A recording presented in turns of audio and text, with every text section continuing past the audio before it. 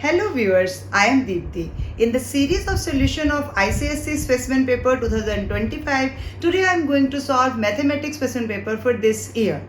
As you know, answer key is given along with the question paper, but still I am solving not to waste your time, but to explain the detailed solution of the questions and stepwise marking scheme allotted with them. So starting with question number 1.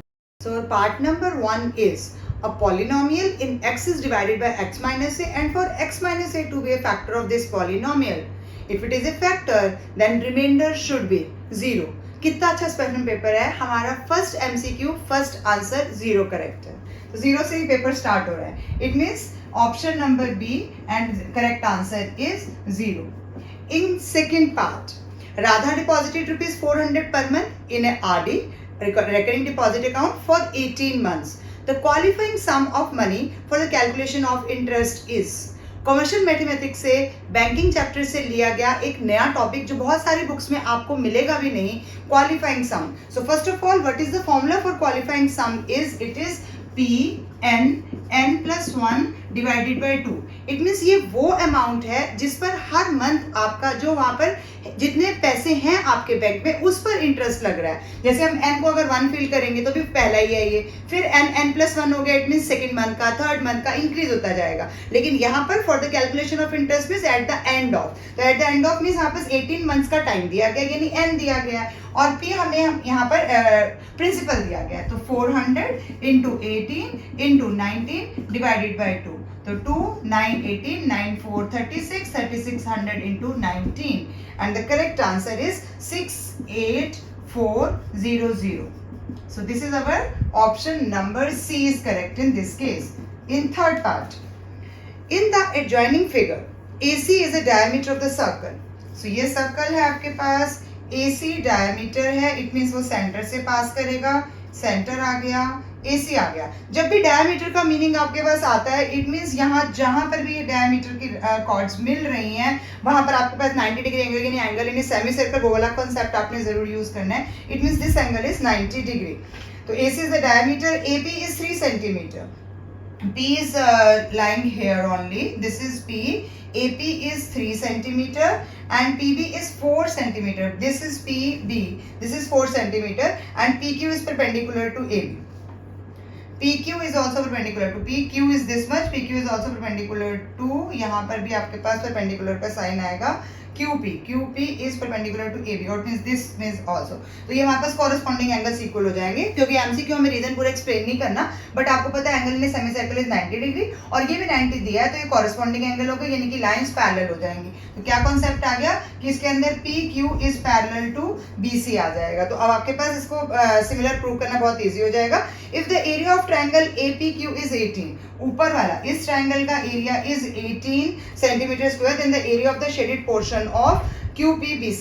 तो इसको हम simple prove कर सकते हैं similarity, क्योंकि आपका दोनों triangles के लिए कौन से ट्रायंगल्स लेंगे आप, APQ इन ट्रायंगल APQ ऊपर वाला ट्रायंगल और नीचे ट्रायंगल ABC.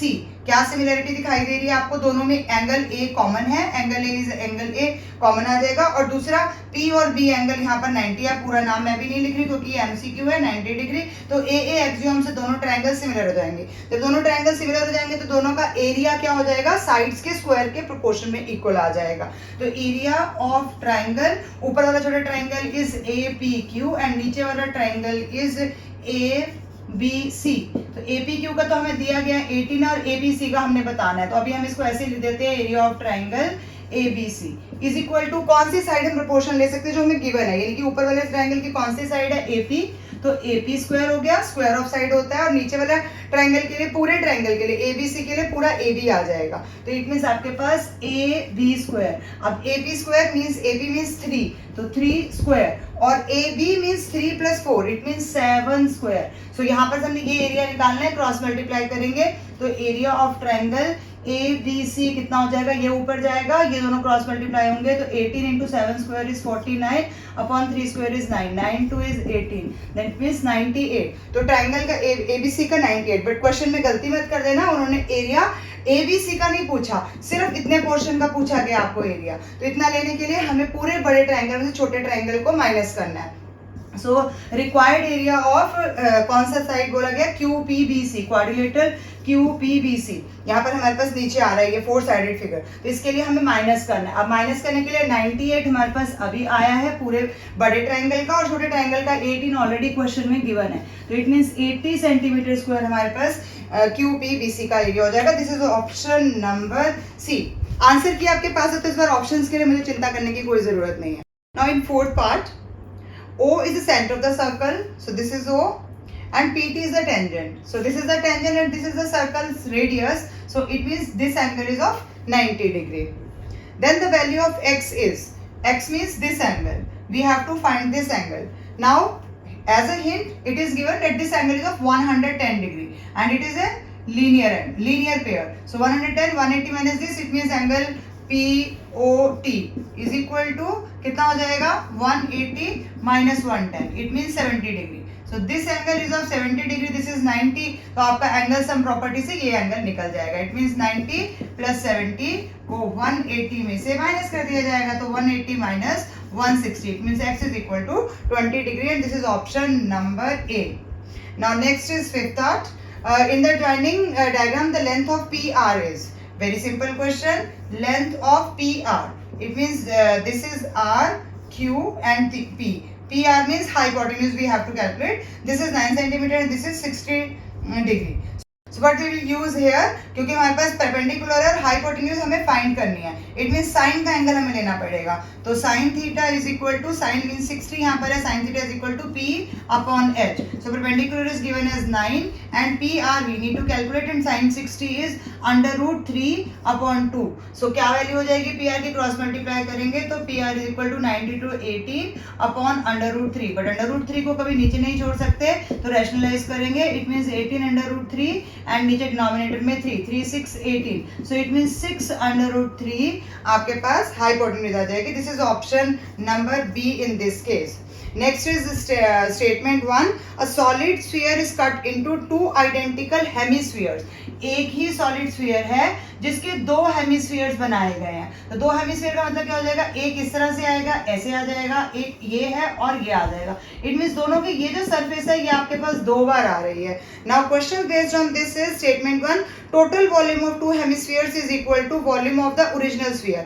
अब एक hemisphere की वॉल्यूम क्या होती है, 2/3 पाई r क्यूब, और इसको हम 2 से मल्टीप्लाई करेंगे तो it means 4/3 pi r cube. It means volume वाला कंसेप्ट हमारा ठीक है। Next is statement 2.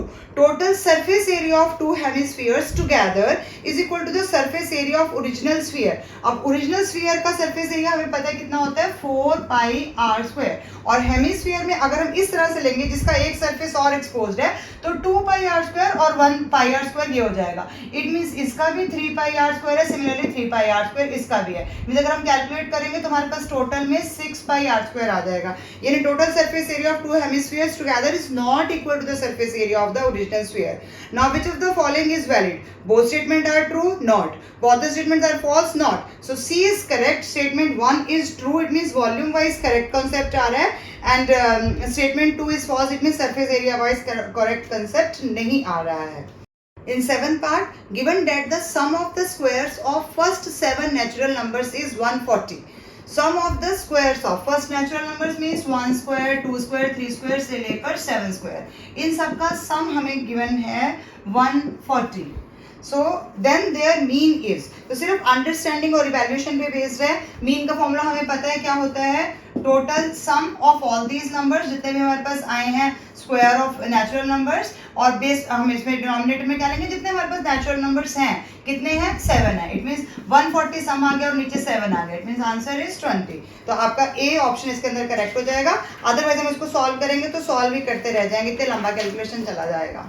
अगर हम क्वेश्चन की स्टेटमेंट को इंटरप्रेट नहीं कर पाएंगे तो अ बैग कंटेन्स 3 रेड, तो रेड कितने हमारे पास गिवन है, 3, एंड ब्लू मार्बल्स आर 2।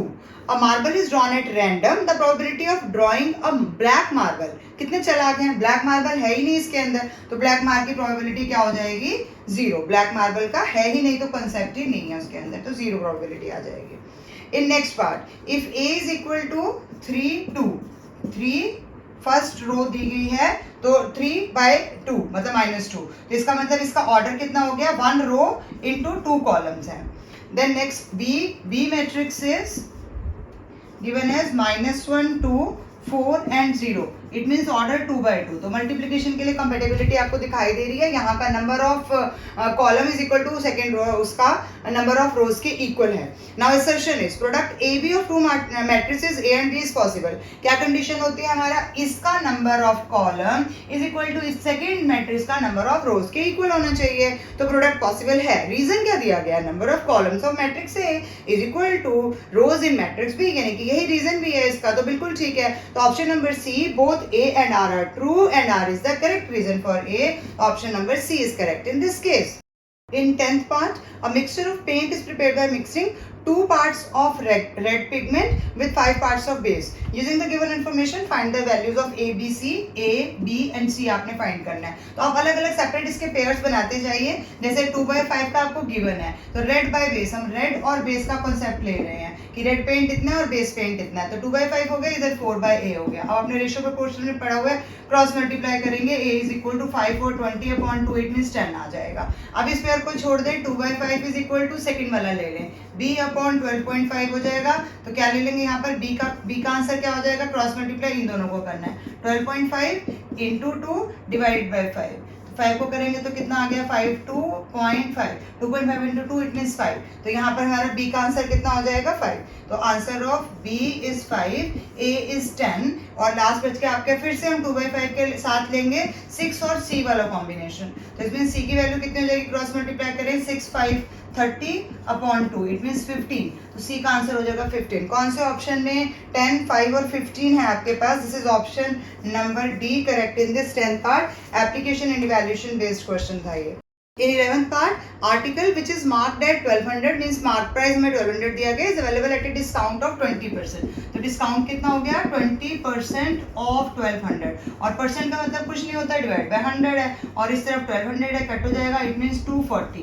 तो 240 का डिस्काउंट आ रहा है, इट मीन्स अब एक्चुअल प्राइस कितनी रह गई आपके पास जिस पर जीएसटी लगेगा, 1200 माइनस 240, मीन्स ये आंसर आपके पास कितना आ गया, 960 रुपीज के ऊपर आपके पास जीएसटी लगना है। Rate of GST is given is 18%, but हमें क्या बताना है, अमाउंट ऑफ सिर्फ एसजीएसटी, सीजीएसटी नहीं बताना। तो एसजीएसटी 18% का हाफ, इट मीन्स 9% ऑफ हो जाएगा, तो 9% ऑफ हमारे पास प्राइस कितना रहेगा, 960, तो 9/100 इंटू 960 कितना आ जाएगा, सिर्फ जब भी 10 नीचे होगा तो हमने मल्टीप्लाई करना है, सिर्फ डिवाइड नहीं करना, काटना नहीं है चाहे कट भी रहा हो। 9 6 54, 5 9 9 81 86 और नीचे के लिए हमारे पास डेसिमल लग जाएगा, तो 86.4, तो आपका 86.40 रुपीज का आंसर है, ये आपका option number D.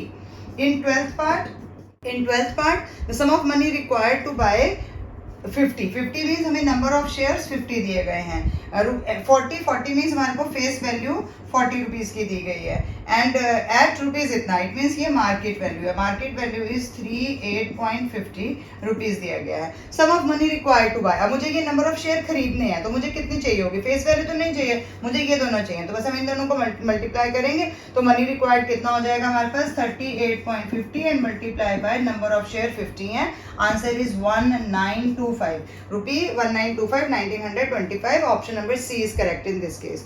In 13th part,